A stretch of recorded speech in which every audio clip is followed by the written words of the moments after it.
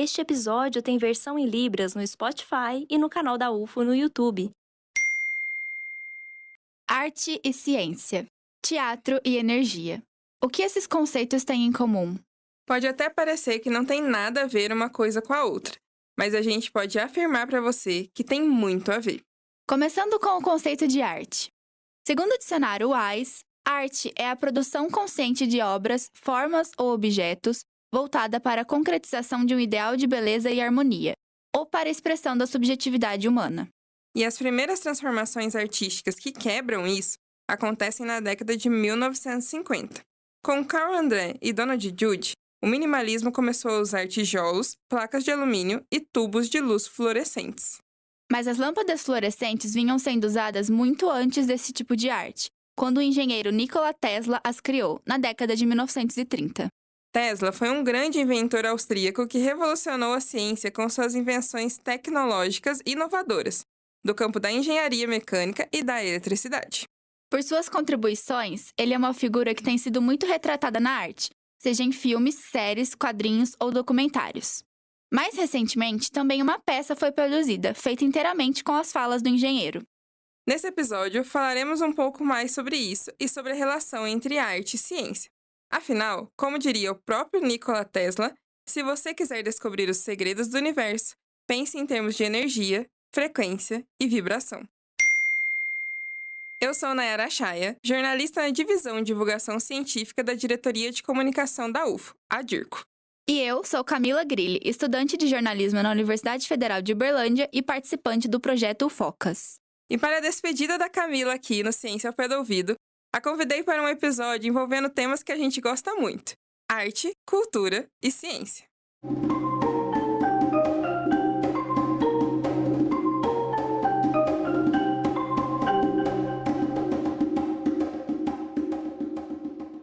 E para a nossa conversa de hoje, temos convidados especiais para um tema bem interessante. Começando pelo Fernando de Proença, que é ator, pesquisador de teatro e jornalista. Seja bem-vindo, Fernando. Obrigado, gente. Um grande prazer estar aqui batendo esse papo hoje sobre Nikola Tesla, arte e ciência. Estou super contente e empolgado. Que bom, porque agora a gente vai te conhecer um pouquinho mais. Fazendo umas pesquisas aqui, a gente viu que você é mestre e doutorando em teatro pela Universidade do Estado de Santa Catarina e também trabalha na prática, né, no ofício mesmo, na cena, na performance, dança, teatro há 22 anos. E como tem muita coisa nessa história, eu queria que você se apresentasse um pouquinho para a gente, bem rápido, quem que é o Fernando dentro e fora do Lattes? O Fernando dentro e fora do Lattes é uma pessoa super interessada pela vida e suas relações, e tudo nasce daí, tudo vem daí, né? Comecei a fazer teatro super novinho, com 13 anos, já fazia teatro profissional, sou aqui de Curitiba, atuo basicamente aqui como artista, e de lá até aqui eu já fiz muitas peças como diretor, como ator, em diversas áreas afins, né, do teatro, mas sempre muito relacionado e diretamente ligado ao teatro, assim. Então, e aí, depois disso também decidi formalizar os meus estudos, assim, dentro de uma universidade, então fiz o mestrado em teatro e agora, nesse momento, estou fazendo doutorado em teatro e, nesse momento, só penso no Nikola Tesla e no universo que está vivo como um animal. A gente está indo para o Rio fazer um mês de temporada e é isso, assim, estou completamente mergulhado nas histórias do Tesla e muito feliz de estar aqui hoje. O nosso outro convidado é o Diego Marchioro. Ele é ator, produtor cultural, formado em cinema pela Universidade Estadual do Paraná e fundador da produtora Rumo de Cultura. Diego, se apresenta rapidinho para os ao pé do ouviders te conhecerem dentro e fora do Lattes. Bom, gente, obrigado, boa tarde. Feliz de estar aqui com vocês, compartilhando um pouco das nossas histórias e das nossas produções artísticas. Bom, eu, como Fernando, também comecei a fazer teatro ainda pré-adolescente, aos 13 anos, fazendo teatro amador. E ao longo da minha trajetória, enfim, eu fui descobrindo a produção cultural como um meio de viabilizar o meu trabalho como artista. Então, desde sempre eu produzo e atuo nos meus trabalhos, Então foi um jeito de viabilizar realmente os trabalhos artísticos acontecerem, as produções das minhas peças, dos meus projetos. E, paralelo a isso, enfim, eu me formei em cinema, que foi sempre um sonho, trabalhar com audiovisual. E atualmente também estou fazendo mestrado aqui na Unespar, que é a Faculdade de Artes do Paraná, estudando daí o meu trabalho como ator, como artista na cena. E ao longo desse trajeto, enfim, a gente fundou a Rumo de Cultura, que é a nossa produtora, que gesta, produz e realiza diversos projetos artísticos nas áreas de artes cênicas, música e do audiovisual. E desde 2016, eu e Fernando, a gente vem desenvolvendo um projeto de criação de 4 peças de teatro, um projeto maior, expandido, com o mesmo grupo de artistas trabalhando nessas 4 peças de teatro, que chama Teatralogia, que é idealizado pelo Fernando de Proença, por mim, Diego Marchioro, e pela Isabel Teixeira, que dirigiu os 2 primeiros trabalhos e escreveu a dramaturgia da audiosérie People vs Tesla, que é o primeiro resultado, o primeiro produto desse projeto. Então, antes de estrear O Universo Está Vivo como Animal, a gente gerou essa audiosérie que está disponível aí nas plataformas de áudio. Bem legal que vocês são pesquisadores, mas também estão atuando na área, né? E a gente também, hoje eu e a Camila conversamos muito sobre o tema, porque estava só nós duas na sala, então a gente ficou aqui batendo super papo. E a gente ficou pensando sobre essa união entre arte e ciência, a pesquisa, ou a história do Tesla no teatro, na dramaturgia, né? Porque não é só no teatro que vocês fizeram, tem outras formas de produção também. Então, eu queria que vocês contassem um pouco sobre essa união dessas áreas que são tidas muitas vezes como áreas muito diferentes, né? Que não tem nada a ver uma coisa com a outra. Você sabe que a gente começou, faz 4 anos que a gente pesquisa intensamente a vida do Tesla, as obras do Tesla e tudo que ele fez para a humanidade, assim, né? Mas, efetivamente, quando a gente se reuniu para produzir especificamente, primeiro, a audiosérie e logo em sequência, 1 ano depois, na verdade, a peça, a gente estava num contexto muito duro, difícil e específico, que era a pandemia, sobretudo num momento assim de gravidade mesmo, né? Vidas sendo ameaçadas por um vírus, assim. Então a gente ficou recolhido em casa e naquele momento a gente percebeu que não tinha outra possibilidade senão a gente falar mais diretamente no teatro sobre ciência. E aí o que acontece? Na pandemia também, a gente percebeu o quanto essas 2 áreas afins foram absolutamente fundamentais para a sobrevivência de todo mundo, né? A gente percebeu, acho que mais do que nunca, o quanto as artes eram fundamentais para a nossa existência, tanto quanto beber água e comer um pão, assim, porque realmente a arte ela deu alguma sanidade que talvez a gente não conseguisse ter sem ela, né? E a ciência nem se fala, né? A ciência foi através dela que a gente conseguiu a tão sonhada vacina para que a gente pudesse, então, voltar à nossa rotina. Então, por causa desse contexto específico, pareceu absolutamente natural que a gente quisesse colocar no palco, primeiro, essa junção dessas 2 áreas e também dizer textos esperançosos, solares, que apontassem para um futuro possível de se viver.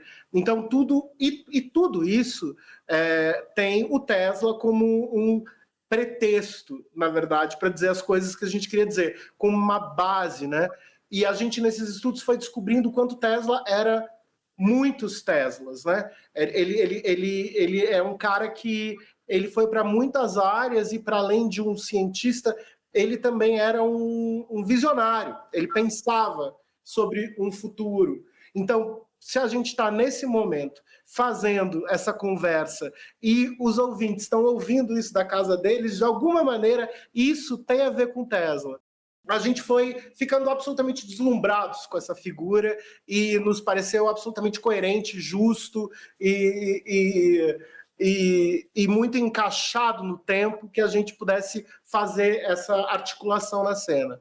Acho que para completar o Fernando, tem uma frase que a gente diz na peça, que eu acho que é do Tesla e que acho que vai completar muito bem essa união entre arte e ciência, que ele diz que a ciência e a poesia são os dois olhos de uma pessoa. Então a ciência e a arte são realmente o caminho, né, para a gente vislumbrar o passado, o presente e o futuro e melhorar as condições de humanidade da nossa existência, né? Até arrepiei. Muito boa essa frase. E pensando nessa relação, né, de arte e ciência, inclusive em conversa com a Nayara, eu falei para ela que a primeira coisa que particularmente me vem na cabeça é a música, por conta da matemática e da relação que tem com a matemática. E eu queria saber de vocês como é essa relação com a ciência, seja com a música, com a dramaturgia, mesmo na encenação, como é pensar ciência na produção de uma peça? Eu acho que talvez os cientistas, como os artistas, também criam, né? Criam possibilidades de descobrir mecanismos aí, então, exatos, né? Então, acho que um primeiro momento de um cientista está para qual artista, assim, né? Vislumbrar possibilidades de invenções, de criações, né? Então, talvez para mim, acho que essa seria a principal ligação ali do artista com o cientista. E no caso específico do Tesla, ele, assim, a gente estudou muitos relatos, a autobiografia dele, alguns fragmentos de entrevistas e palestras que são disponíveis aí para pesquisas online, né?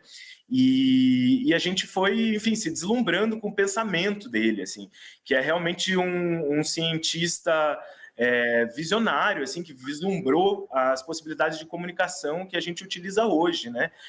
O sistema de rádio, o sistema Wi-Fi, a internet, as comunicações à distância, o Tesla já vislumbrava isso ali nos anos 40, né? Então, acho que isso foi o que nos pegou, assim, né? A possibilidade de trazer para o teatro raciocínios de um cientista que são absolutamente filosóficos e também visionários do presente que a gente vive hoje. Como artista, me parece que essa ligação que o Diego falou é realmente muito interessante, porque a gente primeiro imagina e depois testa, né? E isso é o processo todo de criação, até o momento que a gente fecha o trabalho mesmo, né? E é engraçado, porque o Tesla, ele era um cientista que era da teoria e da prática. Então, ele mesmo, tem muitos cientistas que vislumbram e tem outras pessoas que vão lá e testam as possibilidades. Ele gostava desses dois trabalhos, né? Ele gostava de pensar, imaginar. Inclusive, você podia falar um pouco sobre o primeiro texto, Diego, que você fala sobre a projeção? Tem um primeiro momento do trabalho que, enfim, a gente, usando as palavras do Tesla, ele conta o quanto ele, para pensar os seus inventos, desenvolvia as ideias, os motores, as possibilidades, primeiramente dentro da cabeça dele. Então, ele via quase que como fotografias desses inventos. E a partir daí ele começava na cabeça, em pensamento, mentalmente, a testar as possibilidades dessas criações, inclusive até a antever defeitos, ajustes, melhorias, para daí então ir para a oficina e para o laboratório e colocar as ideias em prática. Então ele fala que dessa forma ele não precisava nem utilizar as mãos para criar uma invenção. Só depois de realizada na cabeça dele, com todos os ajustes, aí então ele ia a campo testar os seus inventos, assim. Então, esse é um jeito que o Tesla vislumbrava isso, as criações, né? É quase um método científico misturado com arte, e arte misturado com método científico. E é interessante a gente observar que é muito assim também, né? A produção artística. Estava conversando com a Camila quando chegou essa pauta para a gente, que eu tinha acabado de terminar de preparar um seminário para minha pós, que é em Mídia, Informação e Cultura, sobre as transformações da arte, a arte estética, com aquele texto da Patrícia Arantes. Não sei se vocês conhecem esse livro dela, é um livro muito bom. E aí a gente fez um seminário sobre, e falava das lâmpadas fluorescentes a gente escolheu um casal de artistas, a Gisela Mota e o Leandro Leal, esqueci o sobrenome dele. E eles fazem a aplicação com as lâmpadas. E aí, quando chegou essa pauta, eu olhei para a Camila e falei, eu acabei de falar disso. Sim, eu vou fazer uma inserção na minha própria fala. Mas vai ser bem rapidinho, tá? É só para você anotar essas recomendações aqui e fazer umas correções. O livro que eu citei é o Arte e Mídia, Perspectivas da Estética Digital, da Priscila Arantes.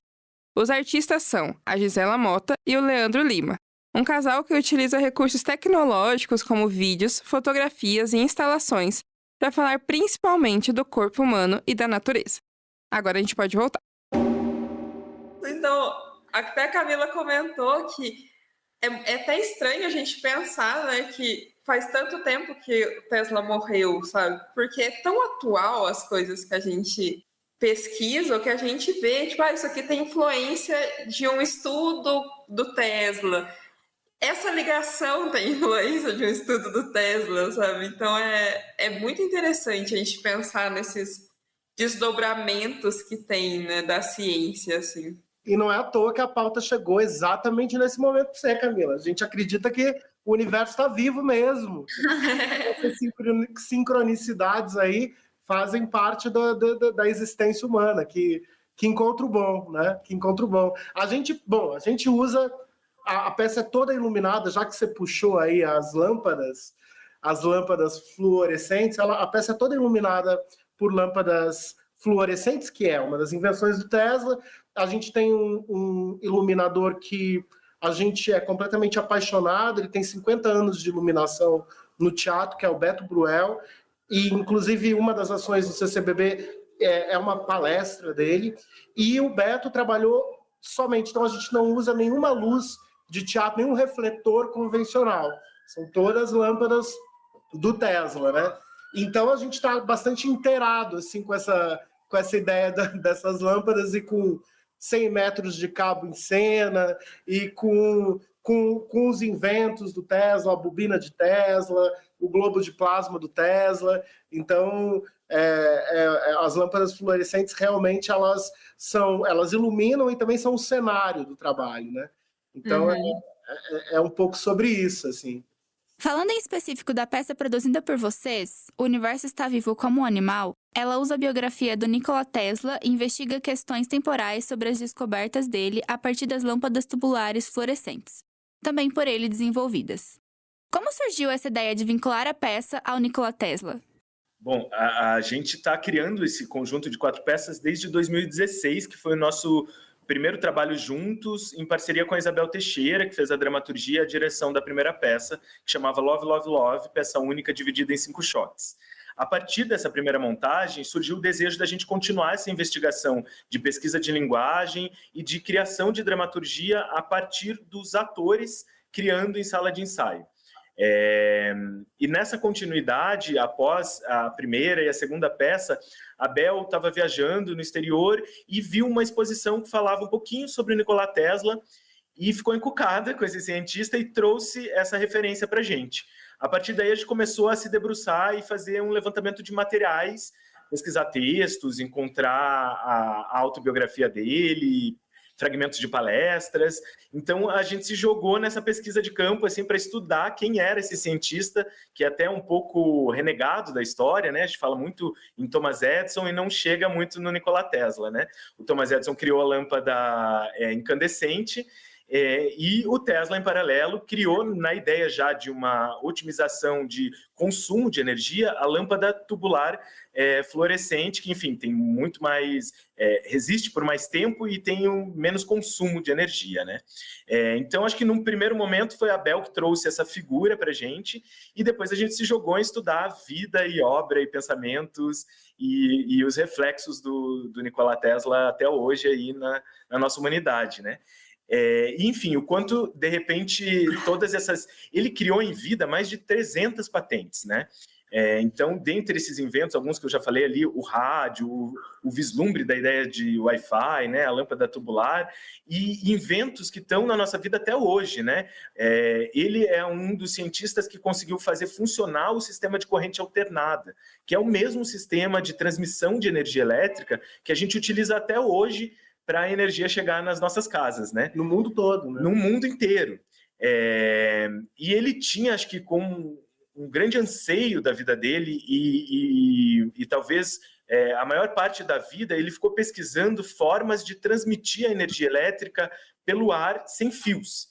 Infelizmente, hoje a gente ainda está preso nos fios, né? Porque por onde acontece o Wi-Fi e o sistema de transmissão de internet, né? Por mais que a gente não veja, tem ali o modem, que aparentemente ela está no ar, mas atrás do modem tem fios por todo mundo que nos conectam a essa rede, né? Então, dentro disso, na encenação, já voltando ali o gancho do Fernando, a gente utiliza as lâmpadas tubulares fluorescentes como cenário e iluminação. Então, a gente cria na cena todo um jogo de encenação através dessas lâmpadas, onde a gente vai criando quadros imagéticos, visuais, para contar essas histórias e esses pensamentos do Tesla, né? E, ao mesmo tempo, todas essas lâmpadas estão ligadas por quase 100 metros de fio que a gente utiliza em cena. Então, a gente ainda está preso a esses fios. Mas tem um determinado momento da peça, que é inclusive um experimento do Nikola Tesla, com a bobina de Tesla, que o Fernando utiliza uma lâmpada tubular, a gente liga a bobina e consegue ligar essa luz, fazer ela ter uma quantidade ali de energia luminosa através da corrente magnética, do campo magnético que essa bobina instaura, né? Então, a gente descobriu também em um determinado momento dessa pesquisa que o Tesla, para financiar, angariar fundos para sua pesquisa e para os seus inventos, ele dava uma série de quase aulas, shows, palestras encenadas, onde ele demonstrava alguns inventos, dentre eles a lâmpada tubular. Então a peça traz um pouco também desse jogo cênico que o Tesla já trazia nas suas palestras, que é falar e compartilhar os pensamentos dele e demonstrar alguns inventos na cena. Importante falar para os ouvintes que vocês escreveram a peça e atuam na peça também, né? Como que... Isso é uma linha do teatro ou foi uma escolha de vocês? Isso especificamente é um jeito que a gente descobriu que a gente gostava de fazer teatro assim, quando a gente se encontrou lá em 2016, nesse projeto que chama Teatralogia. Então, a nossa ideia era como que a gente pode produzir textos nós mesmos, o elenco, junto com a direção, e depois dizer esses textos e estar inteirado de todos os aspectos de produção, né? Porque tudo fala, né, no teatro, assim. Então, são várias linhas dramatúrgicas que vão se encontrando para que, no final, você tenha uma versão coerente da peça, assim, né? Então, foi um barato nesse momento, porque como a gente estava absolutamente debruçado sobre o Tesla, a gente descobriu num período do ensaio, é importante dizer que a Nádia Naira dirige e também faz o texto com a gente, né? Então, nós três, eu, Diego e Nádia, fazemos o texto, Nádia dirige, estamos em cena eu, Diego, Edith de Camargo e Augusto Ribeiro. Então, essa é a galera do front, assim.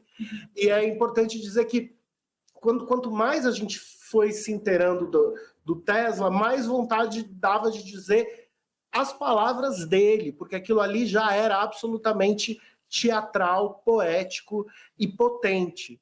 Então, o nosso trabalho foi de rearticular essas ideias e palavras do Tesla e ver como isso se dava em voz falada, né? Então, é uma alegria dizer essas palavras que também a gente optou exatamente pelo momento que a peça foi feita, e eu acho que também tem a ver com qualquer momento da vida. A gente optou por ter palavras luminosas, brilhantes, solares, amorosas, carinhosas, esperançosas, e os espectadores que vêm encontrar a gente espera que eles saiam um pouco com essa energia. Essa peça tem bastante cara de divulgação científica. Não sei se vocês tinham parado para pensar nisso enquanto vocês produziam, mas é muito essa... Sim. Era essa a ideia de vocês, como vocês pensaram? Divulgação científica, explica um pouquinho melhor esse é o nosso momento. Falem, meninas.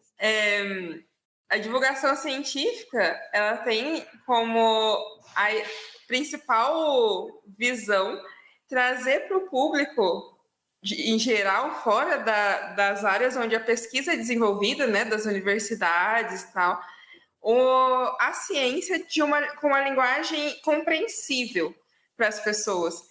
E enquanto a gente estava pesquisando e lendo sobre a peça de vocês, a gente percebeu o quanto vocês trazem a ideia das pesquisas do Tesla, as próprias pesquisas de vocês, né, de pesquisa em teatro, a pesquisa em cinema, para essa produção numa linguagem muito diferente do que a gente que trabalha e estuda divulgação científica vê normalmente. Porque normalmente quando a gente vê divulgação científica é sempre, vou criar um perfil no Instagram. E aí a gente vai falar, nossa, é uma divulgação científica em peça de teatro. Isso é genial. E aí agora a gente avisa vocês que vocês estão fazendo divulgação científica. Eu acho que não era. Não era a ideia, mas... Legal. Não, a gente não conhecia esse termo, assim, né? Tinha sempre o desejo de falar dessa união arte e ciência, assim, né? A gente, na Rumo de Cultura, enfim, tem sempre essa preocupação muito grande em pensar a formação de público, né? Em repensar o convite para trazer as pessoas para os equipamentos culturais, para as salas de teatro, né? Então, quando a gente viu que a gente estava estudando cientista, então já casava ainda mais com a ideia de arte e educação, arte e ciência, né? E que legal conhecer esse termo. A gente, durante o processo, quando a gente viu que a gente estava se deparando com a questão ciência, a gente de cara já pensou, vamos convidar alguém da área científica para nos ajudar, nos introduzir nesse campo, né? E trazer mais conhecimento sobre o Nikola Tesla. Então, a gente convidou um professor que é doutor da UFPR, da Universidade Federal aqui do Paraná, que é o professor doutor Evaldo Mel, que é um pesquisador de eletrotécnica que, durante a nossa primeira temporada, em setembro aqui do ano passado, aqui em Curitiba, ele deu algumas palestras públicas falando um pouco sobre a descoberta, a história da eletricidade e o Nikola Tesla. E ele, durante o processo, também deu uma palestra, um acompanhamento, uma consultoria assim, para a gente, para a criação do trabalho, né? Então, a partir dele também, a gente foi entrando em alguns campos mais técnicos, mais específicos, assim, né? Mas sempre com desejo, enfim, de sobretudo com o pensamento do Tesla, que era um cara que queria democratizar o conhecimento e democratizar os seus inventos. Acho que essa é uma palavra que você falou e que tem muito a ver com o que a gente pensou, assim. Ele é o cientista que queria democratizar o acesso à energia elétrica, ao conhecimento, à comunicação, né? Pelo invento do rádio, do telégrafo. Então, também essa é uma palavra que nos norteia bastante, assim, né? Nesse projeto também, assim, como democratizar os conhecimentos desse grande pensador e cientista, assim, né? E acho que talvez, então, de uma forma aí, a gente chegue aí com a divulgação científica, né? Sim, bem legal. Uma coisa que eu pensei enquanto vocês estavam falando também é como a pesquisa nessa área, né, de arte, que é a área 8, né, do CNPq, como ela normalmente não é vista como ciência, como pesquisa, como desenvolvimento. E voltando, como a gente falou no começo, vocês dois são pesquisadores, e aí é uma pergunta meio polêmica, assim, mas queria que vocês falassem um pouco o que vocês acham que causa isso, da área da arte não ser vista como uma área de pesquisa científica? Eu acho que primeiro tem uma coisa que as pesquisas formais, né, em artes cênicas, no geral, elas são bastante recentes. Assim, então, acho que isso talvez seja... Eu não posso dizer isso, obviamente, afirmar isso com exatidão, mas eu acredito que talvez isso seja um dos pontos. Mas assim, se a gente parar para pensar, tem gente que nem considera isso um trabalho.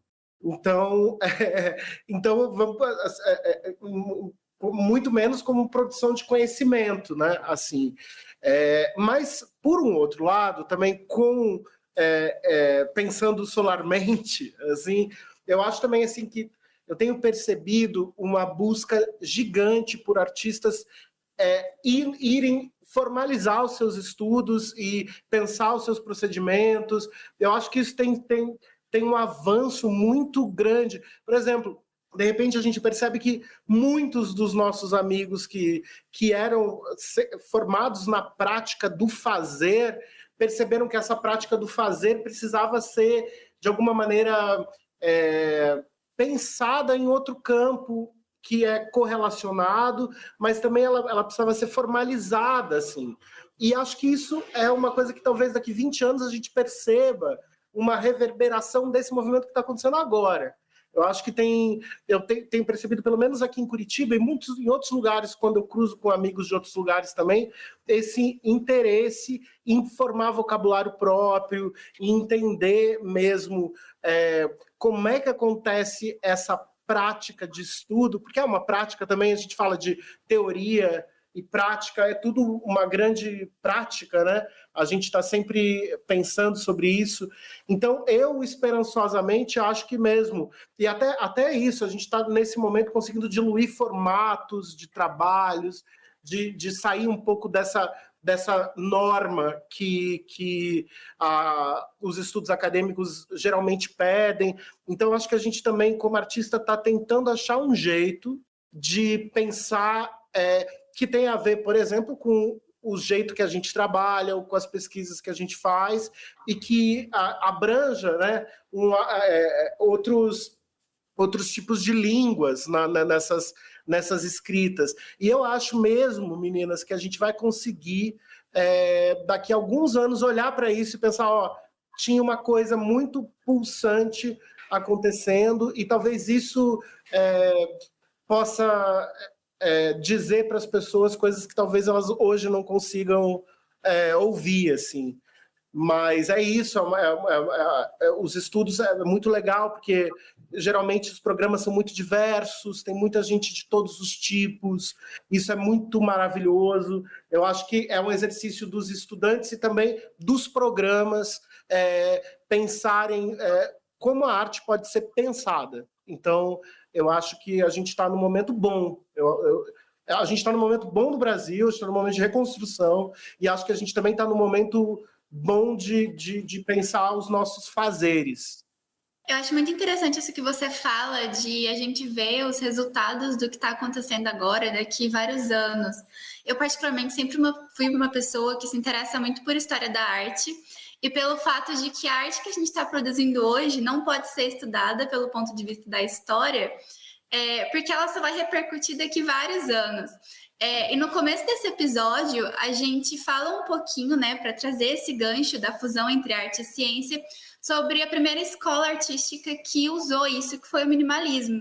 E eu queria saber de vocês qual outras escolas ou qual outra escola faz isso? Especificamente, essa coisa da união da arte e ciência, você está falando, né? Uhum. Olha, eu acho que, de alguma maneira, todas as escolas passam por aí, assim, de verdade. Talvez não tão diretamente, como no caso do minimalismo, citado por você, mas eu acho que, de alguma maneira, a gente precisa...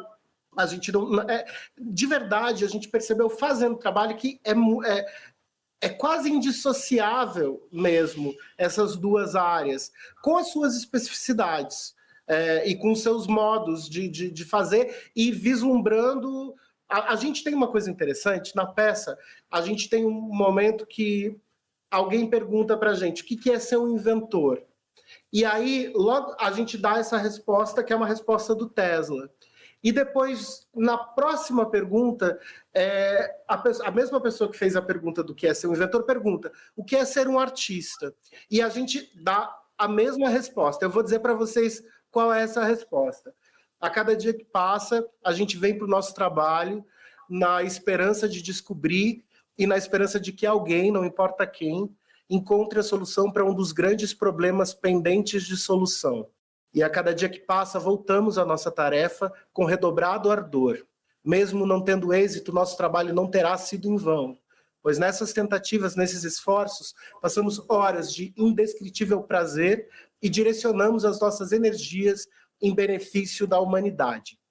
Esse trecho é lindo, porque quando a gente pensou que talvez esse texto seja seja a base que faça a melhor articulação entre arte e ciência para a gente. Além a poesia e a ciência são os dois olhos de uma pessoa. Então, de alguma maneira, eu acho que as áreas estão... E tem que ser assim, elas têm que estar mais interligadas, porque a gente está pensando sobre modos e meios de viver coletivamente. Então, eu acho que quanto mais a gente conseguir aproximar, e eu acho que a arte faz isso, a arte convida muito as outras artes. Eu acho que o teatro é muito generoso com relação a isso. O teatro ele quer escutar outros jeitos de pensar. Então, eu acho que durante todo esse percurso... acho que todos os movimentos passaram por essas interlocuções, porque é impossível não, né? Assim, então, acho que é um pouco por aí, assim, acho que isso é um palpite, né? Acho que, completando o Fê, enfim, a gente na arte trabalha com o afeto, né? Com afetar o outro. E eu acho que, de uma certa forma, os cientistas, em geral, independente do campo, também estão nessa busca, né? De que maneira a afetar a nossa condição de vida humana na Terra e animal, né? Vegetal, enfim, todos esses campos. O nome da peça, O Universo Está Vivo como um Animal, é muito interessante. De onde veio essa ideia? É a frase do Tesla também, que a gente ama.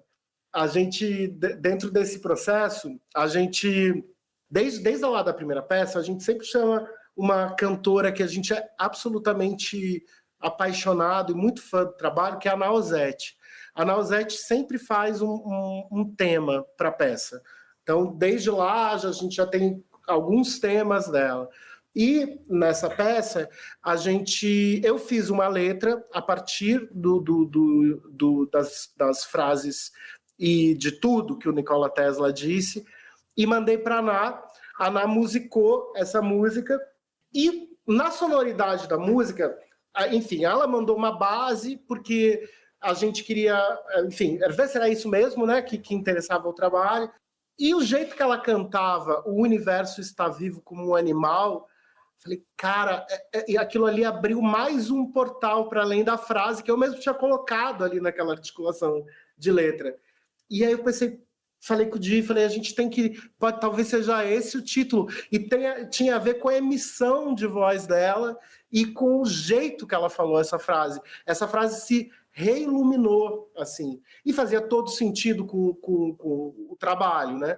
E aí depois, ainda a gente, na gravação final, a gente convida o Ney Matogrosso para cantar essa música junto com a Nausete.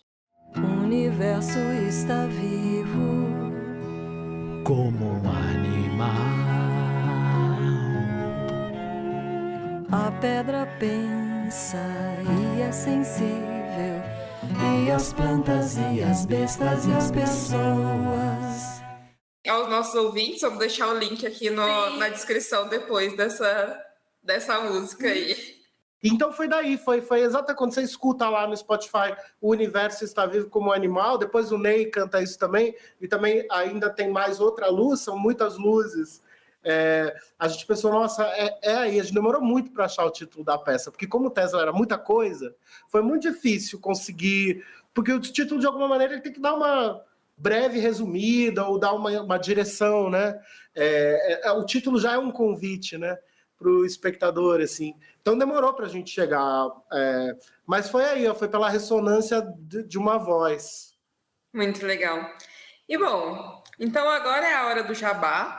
Quero que vocês deixem o convite para o pessoal que está nos ouvindo para ver a peça e assistir vocês e tudo isso que a gente conversou aqui. Delícia. Bom, gente, vocês que estão aí nos escutando, fica o convite para ver um pouquinho de tudo isso que a gente conversou aqui, ao vivo e a cores no teatro. A gente está em cartaz com a peça O Universo Está Vivo como um Animal, do dia 1 ao dia 25 de junho, no Centro Cultural Banco do Brasil, no Rio de Janeiro, aí bem no centro da cidade. E junto com a peça em cartaz, a gente tem alguns convites, alguns desdobramentos, que é uma sala de escuta da audiosérie People vs Tesla, onde a gente convida o público para gratuitamente ouvir, parar 40 minutos e ouvir 3 episódios de uma audiosérie ficcional que conta os últimos dias de vida do Nikola Tesla. E nesse caso, para quem não é do Rio, também a audiosérie People vs Tesla está no Spotify, então dá para escutar, é legal escutar de fone, que tem um som binaural, então o som vai andando na cabeça das pessoas, isso é legal.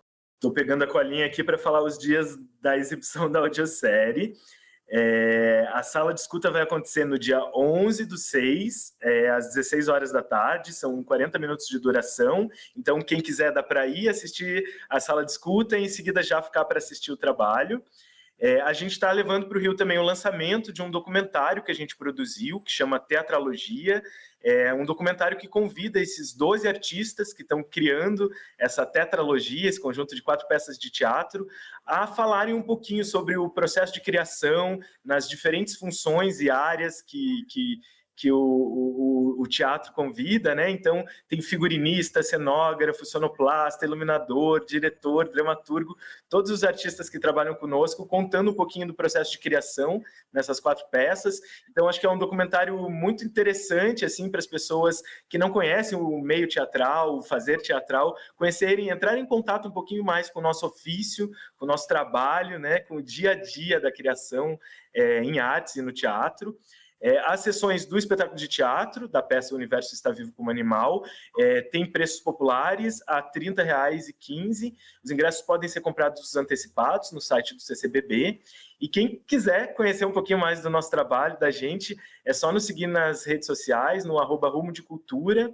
A gente tem canal no YouTube, Facebook, Instagram, tem o nosso site, que também tem um pouquinho aí de toda a trajetória e todo o nosso trabalho. Bom, e para a gente finalizar, uma pergunta que surgiu enquanto eu e a Nayara conversávamos é quando é que vem a turnê de vocês pelo Brasil, porque eu quero assistir. A gente quer muito. Vocês são da onde mesmo, meninas? De Minas, Uberlândia. A gente quer ir para Minas e para Uberlândia, ó. Eu quero que vocês venham, por favor. Tomara muito que aconteça. A gente está torcendo e trabalhando para isso. Então, nos vemos em breve. Isso aí. Por favor. Bom, eu agradeço demais pela disponibilidade de vocês em fazer essa entrevista, em conceder o tempo de vocês e também pela Nayara, para o convite no podcast. E muito obrigada, Diego, Fernando. Obrigado, Camila e Nayara. Muito obrigada. Foi uma delícia conversar. Obrigado. Obrigada. Obrigado pelo convite, obrigado à audiência e à escuta de todo mundo. Muito obrigada, Camila, pela parceria.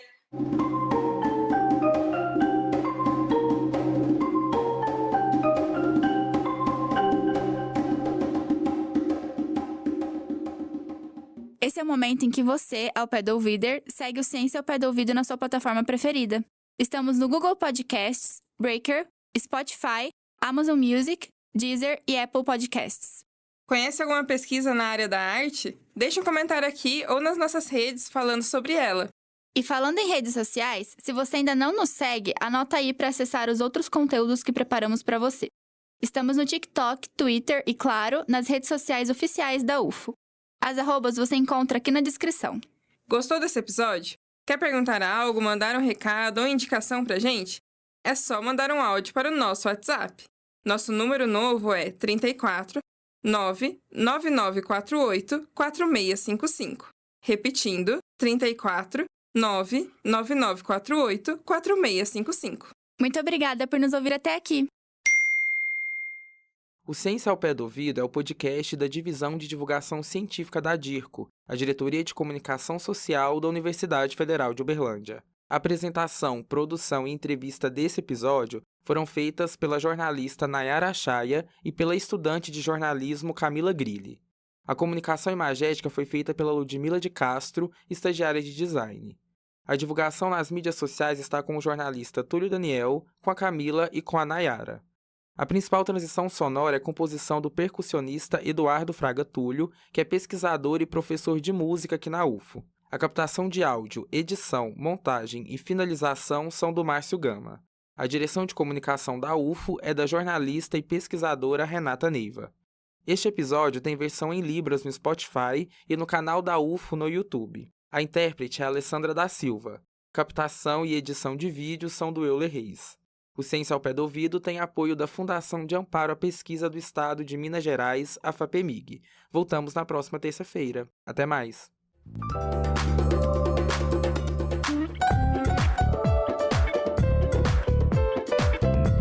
Ciência